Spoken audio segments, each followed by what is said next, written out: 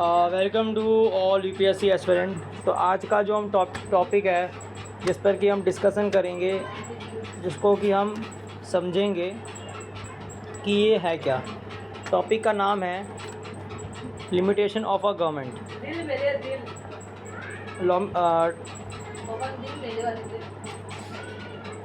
Topic का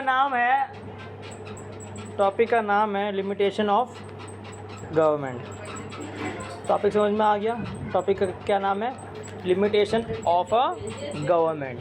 ये आपकी यूपीएससी का टॉपिक है जो कि प्री में भी आप में सिलेबस में है। प्री का जो आप देखोगे, प्री का जो सिलेबस है उसमें भी है, और जो मेंस का सिलेबस है उसमें तो है ही है, ठीक है, क्योंकि जीएस पेपर में ये है। तो आज का जो टॉपिक है उस टॉपिक का नाम क्या है? Limitation of a government. Government का मतलब हम सब जानते ही है, क्या होती है? सरकार।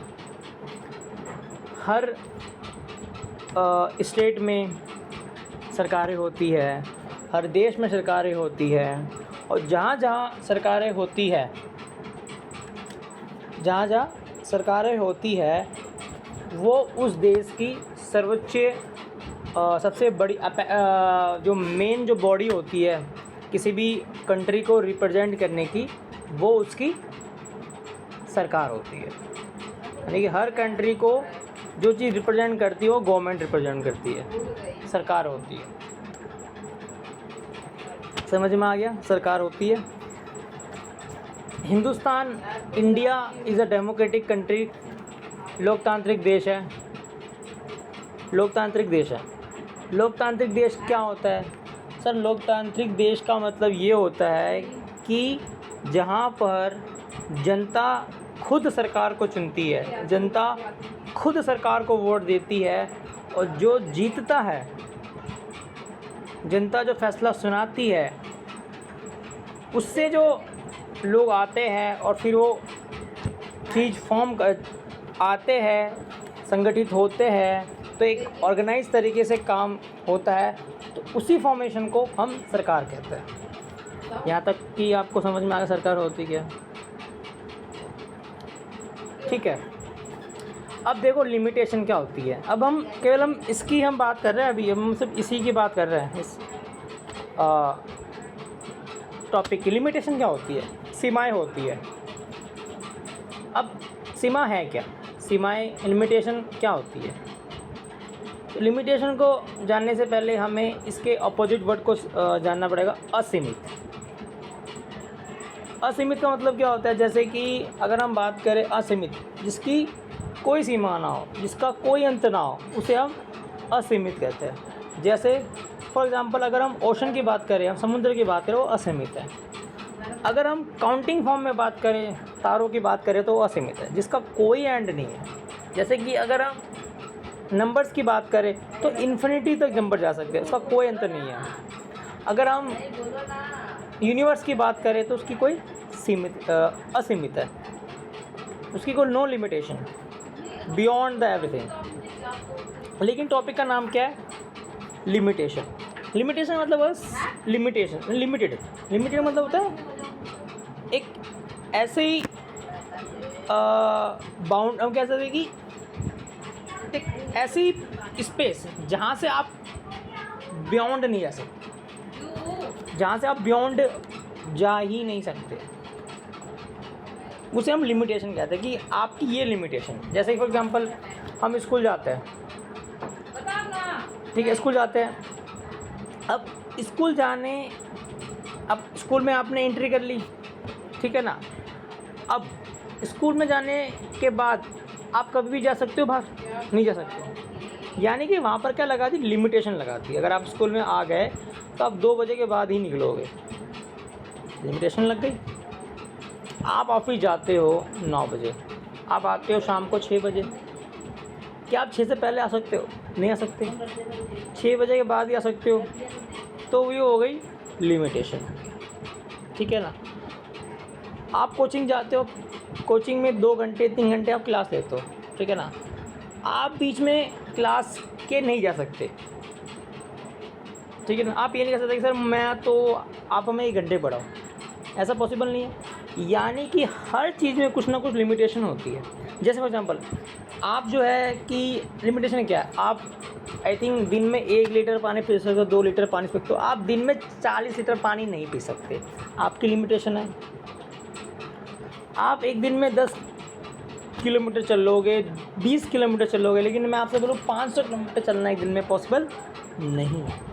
हर चीज़ की लिमिटेशन होती है, सेट है। वैसे ही सरकार की भी कुछ लिमिटेशन सेट है कॉन्स्टिट्यूशन में, और कॉन्स्टिट्यूशन का ही आज हम थर्ड फंक्शन पढ़ेंगे, लिमिटेशन ऑफ गवर्नमेंट, यानी सरकार की भी लिमिटेशन है। जैसे कि हम किसी चीज़ को पकड़ के रखते हैं, आप देखा होगा हॉर्स राइडिंग में, आपने मूवी में देखा होगा हॉर्स राइडिंग में, तो वो पकड़ने वाला होता था, जैसे कि उसकी जो रेस है उसको कंट्रोल किया जाता था, लिमिटेशन की जाती थी। तो वैसे सरकार की भी कुछ लिमिटेशन है, और वो लिमिटेशन हमें कॉन्स्टिट्यूशन बताता है कि लिमिटेशन क्या क्या है। अब देखो, अब कॉन्स्टिट्यूशन, अब देखो लाइन को पढ़ो, a constitution is to set some limit, यानी कॉन्स्टिट्यूशन क्या करेगा, कुछ लिमिट सेट करेगा, कुछ लिमिट सेट करेगा। किसके लिए करेगा सेट? सरकार के लिए सेट करेगा। सरकार के पास भी कुछ लिमिटेशन होनी चाहिए, क्योंकि अति हो जाएगी तो फिर वो अहंकार का रूप ले लेती है, तो लिमिटेशन होनी चाहिए। कल आप डीएम बन गए, कल आप एसपी बन गए, तो अब ये नहीं है किसी को भी पकड़ के थाने में डाल दोगे, ऐसा नहीं है। या किसी पर भी आप मुकदमा कर दोगे, किसी भी प्रॉपर्टी को आप छीन लोगे, ठीक है ना, किसी को भी आप मतलब कि इनडायरेक्ट रूप से आप बेनिफिट करा दोगे, नहीं ये तो मेरे रिश्तेदार है तो उसको हम, नहीं सर आप ऐसा नहीं कर सकते। लिमिटेशन, हर चीज़ की लिमिटेशन है क्या, ठीक है ना। वैसे ही सरकार की भी कुछ लिमिटेशन है, ठीक है। On a government can impose is citizen, a constitution is to set some limit on what a government can impose its citizen. These limits are fundamental in the sense and that government may never trespass them. यानी कि सरकार के भी कुछ limitation है, सरकार की भी कुछ क्या है, लिमिटेशन है। इस लिमिटेशन से सरकार उनको आगे नहीं जा सकती, नेवर ट्रेसपास दैम। और वो लिमिट क्या है, what is the limit? Fundamental, fundamental, ठीक है ना, फंडामेंटल। अब फंडामेंटल क्या है, आगे पढ़ेंगे हम इसके बारे में। फंडामेंटल राइट, वो लिमिट क्या है, फंडामेंटल राइट। यहाँ तो समझ में आ गया आपको, ठीक है। तो constitution, a constitution is to set some limit on what a government can impose on its citizen. A constitution is to set some limit on what a government can impose in its citizen. This limit are fundamental in the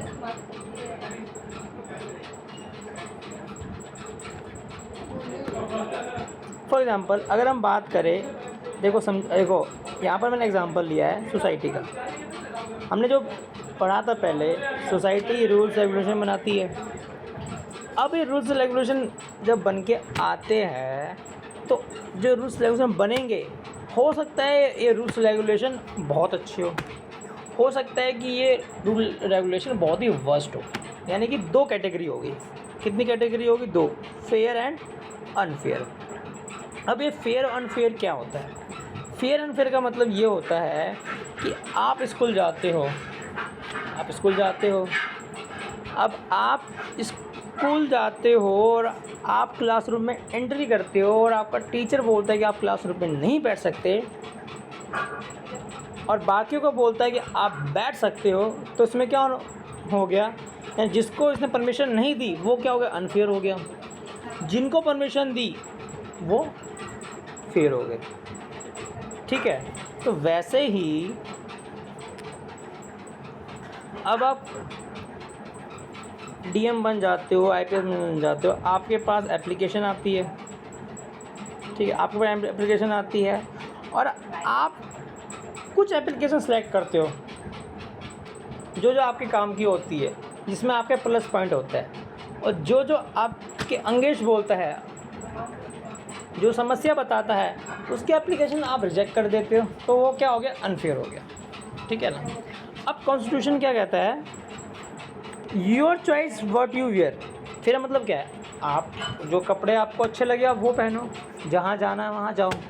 अगर सरकार बोल दे कि आपको ये particular colour के कपड़े पहनने हैं, तो वो क्या हो गया, एक बंदिश लगा दी या लिमिट लगा दी, तो वो क्या हो गया, आपका अनफेयर हो गया।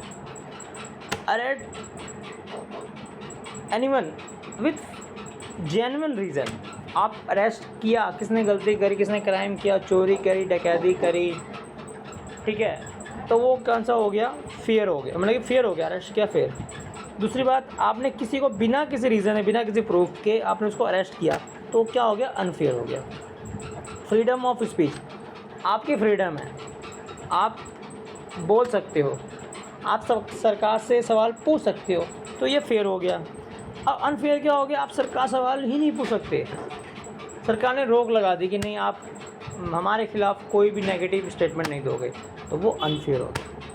तो हमारे इसी पॉइंट ऑफ व्यू को इन्हीं पॉइंट ऑफ व्यू को कॉन्स्टिट्यूशन असेंबली ने ध्यान में रखते हुए, ड्राफ्टिंग कमेटी ने ध्यान में रखते हुए कुछ फंडामेंटल राइट सिटीजन को दिए, कुछ फंडामेंटल राइट सिटीजन को दिए, और वो राइट ऐसे राइट थे जिस पर सरकार भी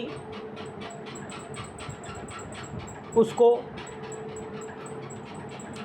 अमेंडमेंट नहीं कर सकती until unless supreme court. Fundamental right है, उस पर अमेंडमेंट नहीं हो सकता। हमारे पास जो 6 फंडामेंटल राइट है, उस पर सरकार ईजिली अमेंडमेंट नहीं कर सकती। ठीक है, फंडामेंटल राइट हमारा है, कर सकती है, लेकिन ईजिली प्रोसीजर नहीं है, फंडामेंटल राइट है। हाँ, वो कब विड्रॉ होंगे, कब उसकी लिमिट कम होगी, मैंने जो लिमिट दे रखी कब उसकी कम होगी, in the case of emergency, जब तक कोई राष्ट्रीय आपदा ना लग जाए तब तक वो आपके फंडामेंटल राइट है, आपसे कोई नहीं छीन सकता। आपकी आज़ादी है, आप किसी भी रिलीजन में प्रैक्टिस करो, आपकी आज़ादी है, आप सरकार सवाल पूछो, आपका आज़ादी है, आप अपने मनपसंदीदा कपड़े पहनो, आपकी आज़ादी है, आप घूम सकते हो, आपकी आज़ादी है, आप what you like you can, fundamental right है। ठीक है ना, इस पर सरकार भी कुछ नहीं कह सकती।